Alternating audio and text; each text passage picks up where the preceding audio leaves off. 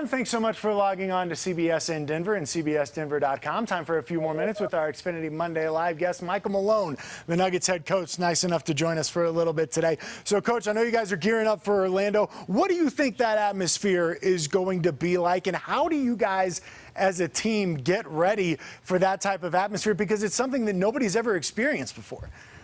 Yeah, and it's funny.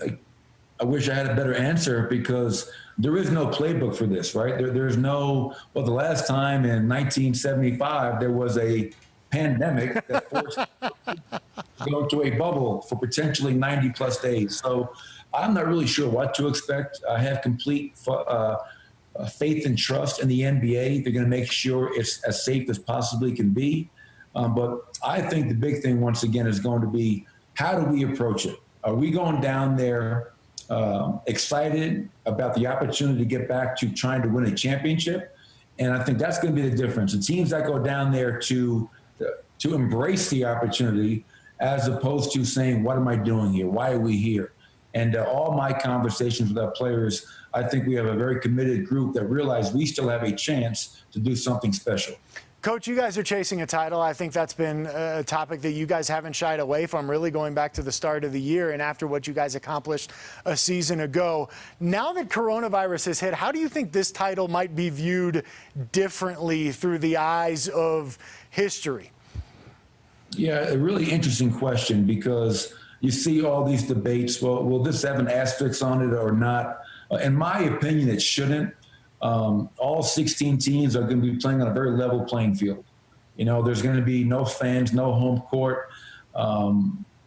We have all the same challenges. I actually think if you win a championship this year, has there ever been a harder fought NBA championship than what's going to happen in 2020? So I would view it from the opposite spectrum. I would have tremendous amount of respect for whatever team, hopefully the Denver Nuggets, when they hoist up that Larry O'Brien trophy, because 4 months off before you start playing again, and you have all the reason to go down there, be worried about coronavirus. Obviously, our thoughts and minds and hearts will be in every city streets as people continue to protest peacefully for all the end of racism and police brutality. So if you're able to go down there in a very constricted bubble and find a way to win a championship, I would have a tremendous amount of respect for whoever that team is. I really would. Coach, you mentioned the protests and everything that's gone on in our country over the last couple of weeks. And as you pointed out, it's been going on for quite some time. It's just kind of reached a head over the last couple of weeks is what it feels like. What is your message to your team as they try and grapple with this? And how do you go about trying to keep them focused on basketball when you guys do get to Orlando? Because this has been a topic of conversation with Kyrie Irving and Austin Rivers and Dwight Howard and some guys in the association. How do you address that with your squad? Well, I think each of our players is entitled to their own beliefs, thoughts, and, convictions. And, if we had a player or players that did not feel comfortable going, as much as I think we'd be wasting a great opportunity, I would support them. I'm going to be with my players. I'm going to walk with them. I'm going to talk with them. I'm going to learn from them. And one of my approaches for this whole thing is educating myself, help educating our players, and then finding ways to take that education and use it to put things into action.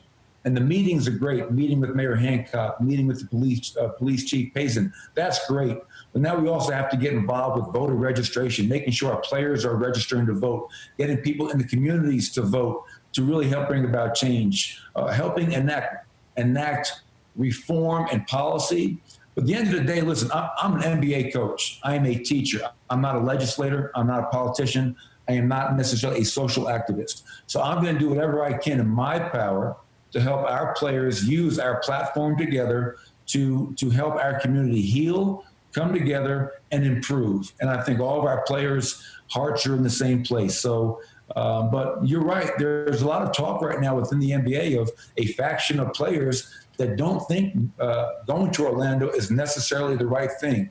A coronavirus, as well as the opportunity to protest and bring about real change in what we're seeing all across this nation right now. Yeah, it's going to be interesting to see how it all comes together. And, Coach, I know that you will, along with your colleagues in the NBA, be on the forefront of things. And hats off to you for always doing that and always stepping up to talk about the tough issues and uncomfortable issues. No doubt about that. Michael Malone, our guest tonight on Xfinity Monday Live. Thanks so much for logging on to CBSDenver.com and CBS in Denver.